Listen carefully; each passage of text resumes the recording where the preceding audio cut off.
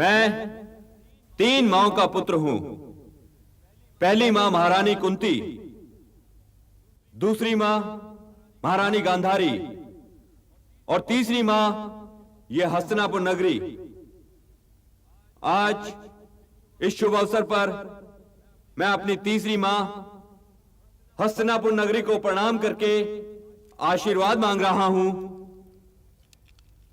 मैं खांडवप्रस्थ का राजा अवश्य हो गया हूं, परंतु पुत्र तो मैं हस्तिनापुर का ही हूं। महाराज युधिष्ठिर की, महाराज युधिष्ठिर की, महाराज युधिष्ठिर की, महाराज युधिष्ठिर की, महाराज युधिष्ठिर की। ये कथा अब पांडवों की कर्मभूमि खांडव प्रस्थ की ओर जा रही है। ब्राह्मणों, क्षत्रियों, वैश्यों और शूद्रों के जत्थे भी साथ हैं, क्योंकि वे जानते हैं कि युधिष्ठिर के साथ हस्तिनापुर की आत्मा भी खांडव प्रस्थ जा रही है।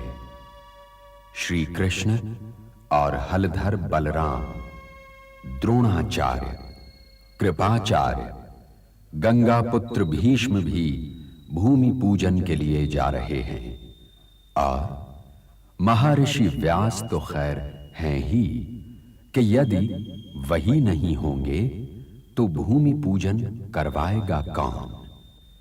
इन सब के साथ साथ स्वयं मैं भी दबे पांव उसी ओर जा रहा हूं कि ये देखूं तो कि श्री कृष्ण ने खांडव प्रस्थ को पांडवों की कर्मभूमि बताया क्यों है, क्योंकि वो तो बस यूं ही कोई बात कहते नहीं, और इसका केवल एक अर्थ है कि वहां अवश्य ही कोई चमत्कार होने वाला है।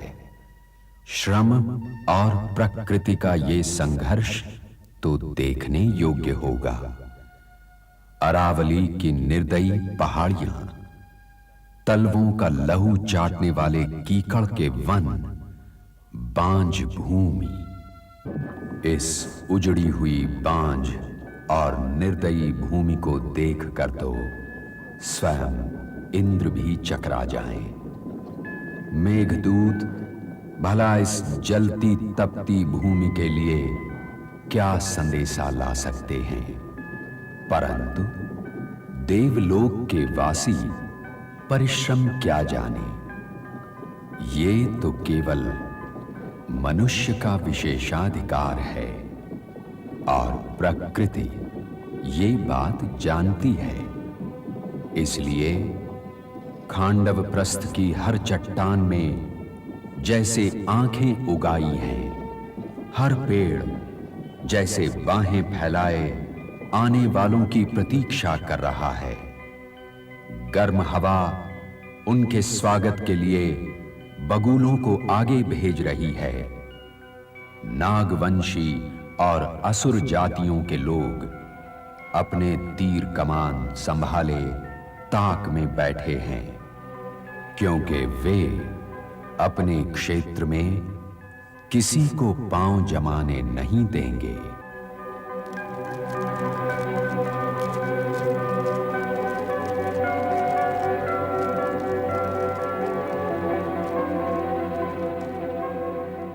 मैं तो ये पूछ रहा हूँ कि महाराज ने अनुज पुत्रों को ये आशीर्वाद दिया या शाप? चुप्पी साधे खड़े देखते जाओ। देखते नहीं कि स्वयं भीष्म जी सिर झुकाए खड़े हैं। उनकी तो पूछो ही मत। उनके गले में तो प्रतिज्ञा का फंदा पड़ा हुआ है। पूजनीय तो हैं पांडु कुमार। ज्येष्ठ पिताश्री ने जो दे दिया उसे स्वीकार कर लिया। देख लो, है किसी के माथे पर चिंता की रेखा?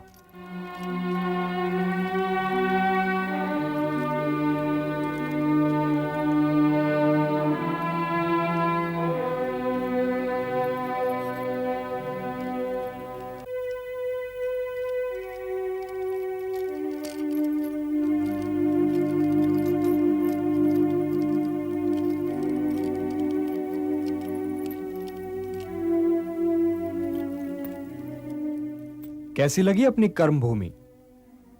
यही कर्म भूमि अब हमारी पूज्य भूमि भी है केशव। अब रहा ये प्रश्न कि ये कैसी लगी, तो एक दिन की बात सुनो। जब हम छोटे छोटे थे, गुरुवर ने हम सबकी परीक्षा के लिए एक वृक्ष पर यंत्र पक्षी को हमारा लक्ष्य ठहराया और हम सबसे पूछा कि हमें क्या दिखाई दे रहा है। हम सभी ने गुरुवर के इस प्रश्न का उत्तर दिया। मैंने भी दिया। मुझे उस पक्षी की एक आंख के अतिरिक्त और कुछ नहीं दिखाई दे रहा था। और हे केशव, आज भी वैसा ही दिन है। ये सब बंजर धरती, कीकड़ के वृक्षों और पहाड़ियों की बातें कर रहे हैं, और मैं बड़ा आश्चर्य में हूं कि कहां है पहाड़ियां, किधर है कीकड़ के वृक्ष, कौन सी बंजर धरती।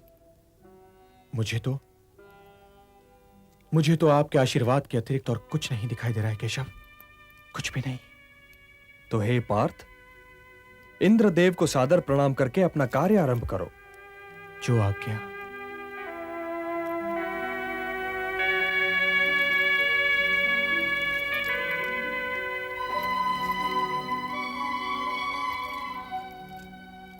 विजयी हो अर्जुन, विजयी हो।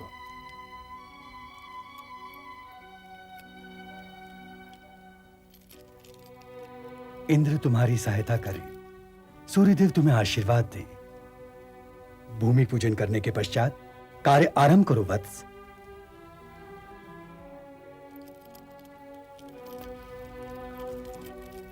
तुम्हारा यश बढ़े पुत्र।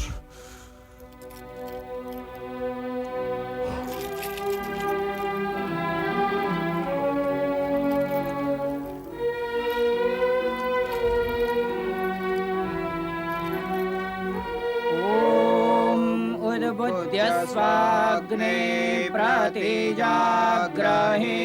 त्वमिष्ठा पूर्ते सग्वं श्रीजेठामयञ्च अस्मिन् सदस्ते अद्युत्तरस्मिन् विश्वे देवाय यजमानश्च सीदत। नमः शम्भवाय च मयो भवाय च नमः शङ्कराय च मयस्कराय च नमः शिवाय च शिवतराय च ॐ भूम्यै नमः।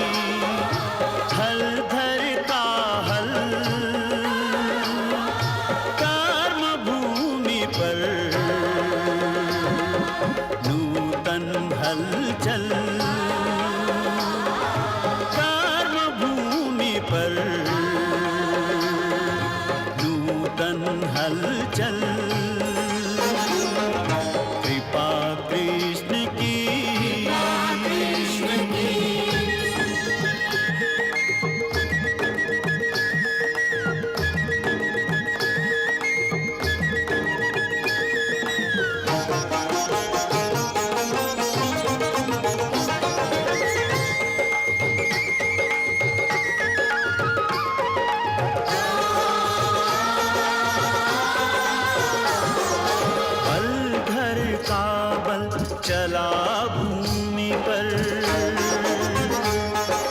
बलधर का बल चला भूमि पर, हलधर का हल चला भूमि पर, चले पार्थ के बाण प्रखर तर, झरे भूमि पर बादल झर झर, बंजर बनता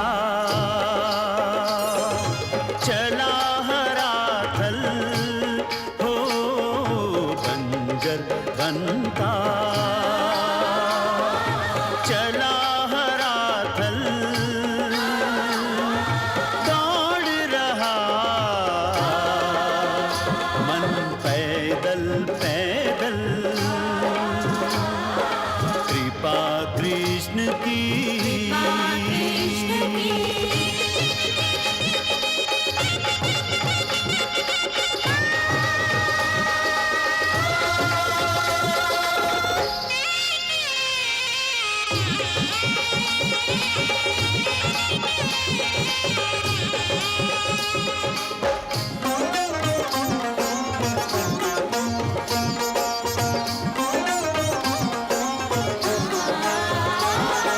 मरुथल पर यों टूट पड़े घन,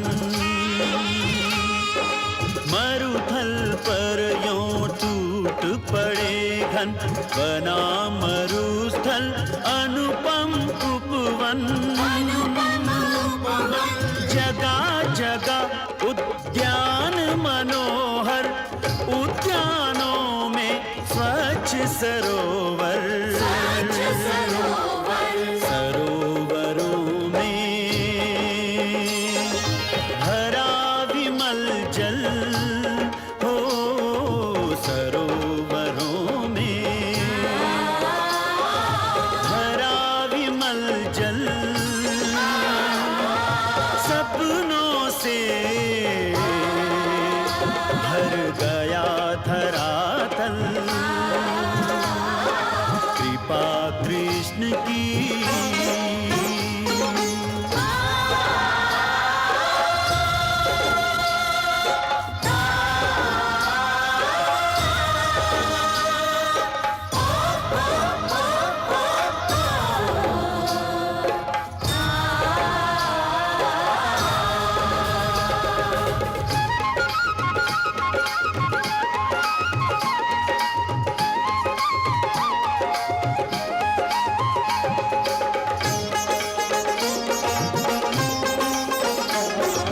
वीराने में बसा नगर है,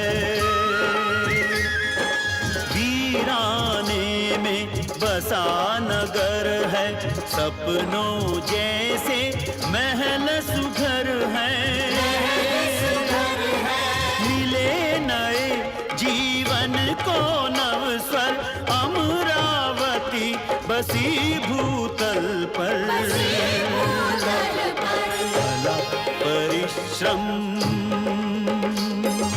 सफल हुआ बल, हो भला परिश्रम सफल हुआ बल, हरित हुआ हरि का भूमंडल, कृपा कृष्ण की। हलधर का हल कर्म भूमि पर, नूतन हलचल, कृपा कृष्ण की, कृपा कृष्ण की, कृपा कृष्ण की, कृपा।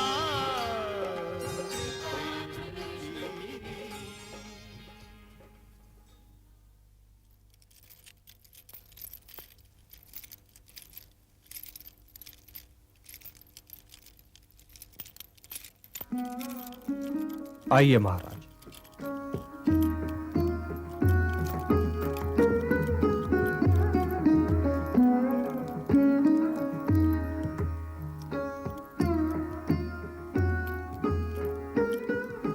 अब मुझे आज्ञा दीजिए।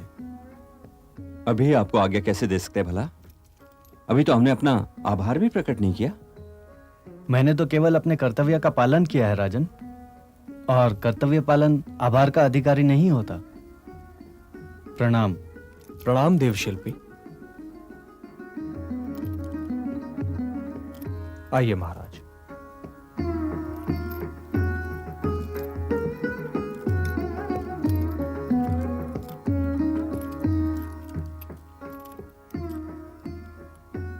तो महाराज को अपनी कर्म भूमि कैसे लगी?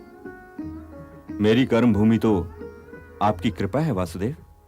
नहीं महाराज, किसी की कृपा किसी की कर्म भूमि नहीं हो सकती।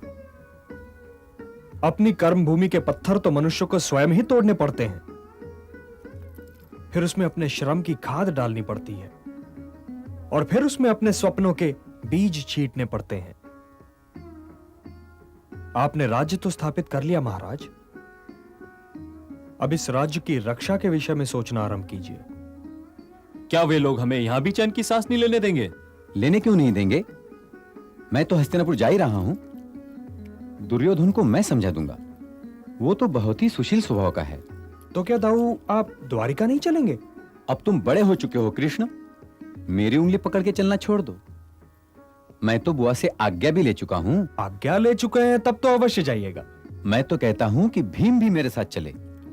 दुर्योधन के रसोई का भोजन तो बहुत ही स्वादिष्ट होता है। मैं तो यही ठीक हूं दाऊ। दाऊ, भोजन के समय हम लोगों को याद करना मत भूलिएगा। हाँ, मुझे क्या अपनी भूख मारनी है जो तुम्हें याद करूंगा? आपने राज्य की सुरक्षा की बातें क्यों छेड़ी थी? राजनीति का एक अध्याय यह भी है अर्जुन कि आसपास के राज्यों से मैत्री संबंध बनाए जाए,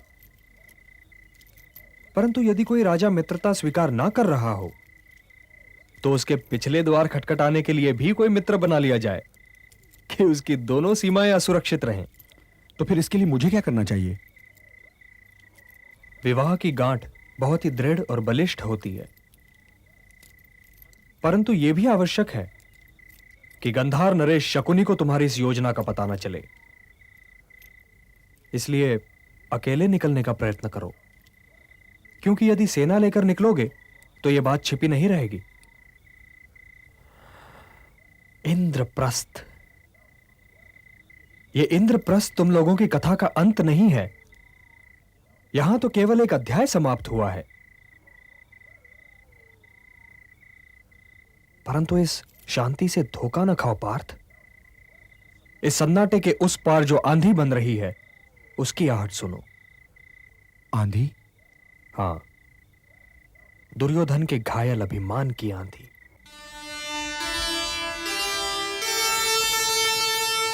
अपमानित होकर रहे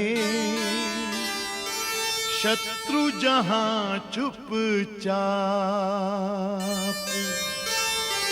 वही मौन तूफान की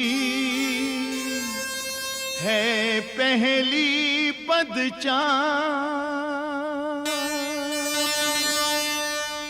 राज्य न जीतो जीत लो अपने हित के मीत, मीत बढ़ेंगे प्रीत से, वही सही है जीत। सीख हम बीते युगों से नए युग का करें स्वागत, करें स्वागत, करें स्वागत, करें स्वागत।